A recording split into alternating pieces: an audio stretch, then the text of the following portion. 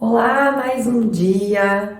Eu sou a Thaís Suzarte. A gente está falando essa semana muito sobre os elementos que constroem, que podem nos ajudar a construir o nosso propósito, porque no final das contas a gente está sempre conversando aqui sobre trabalho, carreira, emprego, empreendedorismo e a gente busca sempre a história do equilíbrio, né, entre vida profissional e pessoal, que afinal das contas é uma vida só.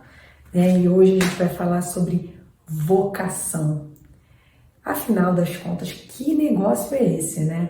A gente lembra muito da época da escola, falavam sobre vocação profissional, vocação da orientação profissional, mas não sei se vocês sabem, vocação tem origem lá, né, no cristianismo, e muito antes da gente falar com o contexto profissional, era a história em latim, vocare, né, o chamado, era o chamado dos sacerdotes, das pessoas ligadas à religião, que trabalhavam com religião, como elas recebiam esse chamado de Deus para trabalharem para a igreja.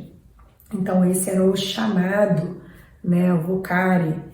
E aí por isso a palavra vocação, e somente no início do século XX, 1908, um engenheiro que publicou um guia vocacional profissional. Aí então esse termo começou a ser usado com essa intenção que nós conhecemos hoje de vocação profissional. E afinal das contas, o que é isso, né? A gente sabe que tem alguns sinônimos aí sobre vocação, como aptidão, inclinação, e é isso, né? Quando a gente testa a nossa vocação profissional, a gente vê o que a gente tende a gostar mais de fazer. Mas no mundo, se a gente for pensar hoje em dia, o que o mundo precisa e o que eu gosto de fazer, o que eu posso ser pago para fazer, né? Dentro do que o mundo precisa, essa é a vocação que falamos hoje, tanto, né? Eu preciso estar alinhado de fazer algo que tenha significância, significado, de que o mundo precise, que o mundo enxergue aquilo, né?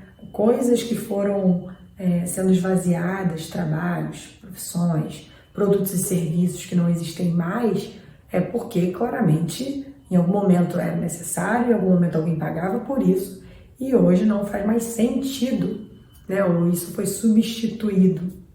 Então, o que o mundo precisa e o que você pode ser pago que dão aí um caminho, uma origem para a sua vocação. Você está atento a essa vocação na tua atmosfera profissional? E uma outra coisa que eu acho interessante a gente falar é porque existem alguns mitos sobre vocação, né? As pessoas ficam muitas vezes falando, olha, mas no fundo das contas eu não tive esse chamado, não tive esse clique.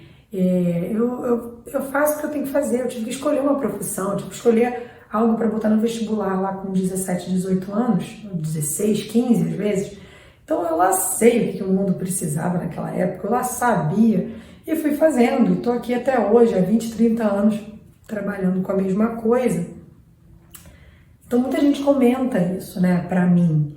E sempre é tempo, né, da gente parar e refletir sobre essa história da vocação. Uma forma muito adequada, que faz muito sentido de você testar essa vocação, mesmo que não tenha tido esse mega clique, que às vezes algumas pessoas dizem que tiveram nas suas vidas, e isso é uma bênção, é uma minoria. Não se sinta excluído, é uma minoria que tem esse um raio, um mega clique para dizer o seu chamado e fazer por toda a sua vida a mesma coisa. É uma minoria. Então, se você não teve isso, se você se considera uma pessoa normal, né, ordinária, igual a muitas outras, a melhor maneira de testar a sua vocação é conversando, se influenciando, né, adquirindo o conhecimento de pessoas que já passaram por essa jornada. Então eu falo muito dos livros, hoje em dia a gente tem documentários, filme, Netflix, pessoas no seu círculo social, seu círculo de relacionamento, ao que você possa chegar, mas que já passaram por essa empreitada, por esse caminho, por essa profissão, por essa ocupação, esse trabalho. Não existe forma melhor do que experimentando. Então, um outro mito que a gente ouve muito no mundo do RH e da orientação profissional, de transição de carreira é: eu vou estudar até o clique vir. Não, gente. É experimentando, é fazendo, é mudando eventualmente. Estudos não são meus, mas tá muito aí presente cada vez mais institutos de pesquisas e empresas grandes, multinacionais de recrutamento e seleção falando que a geração Y, por exemplo, vai passar por 14, 15 ocupações. Eles colocam como ocupações porque aí tem de tudo, né? Um emprego, um trabalho, um bico, uma profissão. Mas 14, 15 ao longo da sua carreira, ao longo da sua vida profissional. 14, 15 diferentes ocupações.